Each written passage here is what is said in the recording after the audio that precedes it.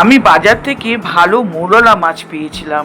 মোরলা মাছ পেয়ে ভালো করে বাড়িতে কেটে নিলাম। আমি মাথাগুলি বাদ দিয়েছি, মাথাগুলি আমার কাটা কাটা লাগে বলে মাথা, কিন্তু মাথার মধ্যে প্রচুর calcium, protein, vitamin, mineral, phosphorus সবই আছে।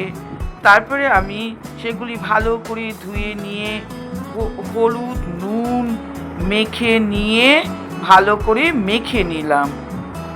মেখে নেওয়ার পরে এটা আমি বেগুন দিয়ে ঝাল ঝাল করে মাখো মাখো করে বেগুনগুলি ছোটো ছোটো করে আমি কেটে নিলাম এবং পেঁয়াজও ছোটো সরু সরু করে কেটে নিলাম।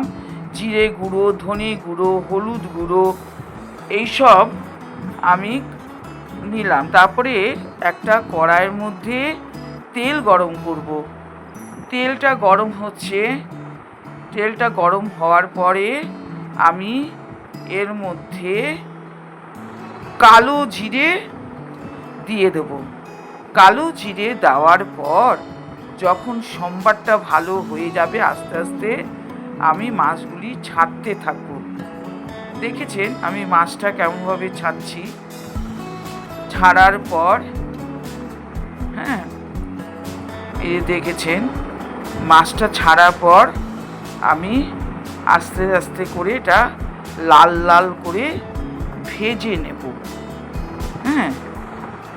কম আছে আমি লাল লাল করে ভেজে নেব। দেওয়া হয়ে গেছে আমার পুরো মাছটা। মাছটা ভালো করে ভেজে নিলাম। এবার আপনি তো জানেন মাছের মধ্যে প্রচুর গুণাবলী আছে। ছেলে মেয়েরা সবাই ছেলে মেয়ে বয়স যারা আছে তারা সবাই এটা খেতে পারে। কি কি গুণাবলী আছে আগেই বলে দিলাম।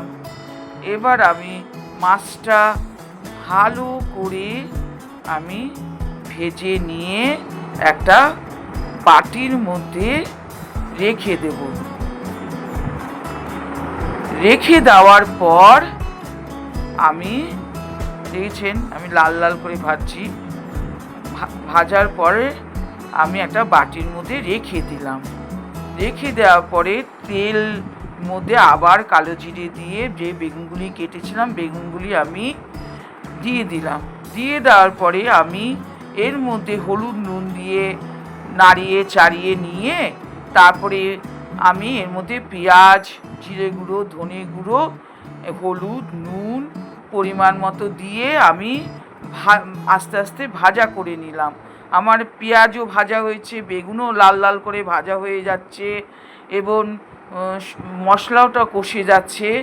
করার পরে যে মাছগুলি আমি ভেজে অন্য জায়গায় রেখেছিলাম সেইগুলি আমি আস্তে আস্তে দিয়ে দিলাম। দিয়ে দেওয়ার পরে আমি এটা আবার ভালো করে লাল লাল করে ভালো করে আমি ভেজে নেব। আমি দেখলাম পেঁয়াজও লাল হয়ে গেছে, আমার মাছও লাল হয়ে গেছে, বেগুনগুলি লাল লাল করে ভাজা হয়ে গেছে। তারপরে আমি ধনেপাতা ছড়িয়ে দিলাম। ধনেপাতা ছড়িয়ে দেওয়ার পর তারপরে আমি এটাকে আরও একটু লাল লাল করে ভেজে নেব। ভেজে নেওয়ার পরে সব দেখছি মাখো মাখো হয়ে গেল। দেখেছেন কি সুন্দর মাখো মাখো হয়ে গেছে আপনার। তারপরে আমি একটা পাত্রের মধ্যে এটা ঢেলে দেবো। হয়ে গেছে আমার মাছটা।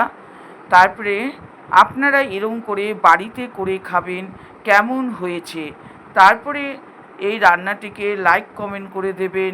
পরবর্তী ভিডিও যদি আপনারা পেতে চান তাহলে চ্যানেলটিকে আপনারা সাবস্ক্রাইব করে দেবেন।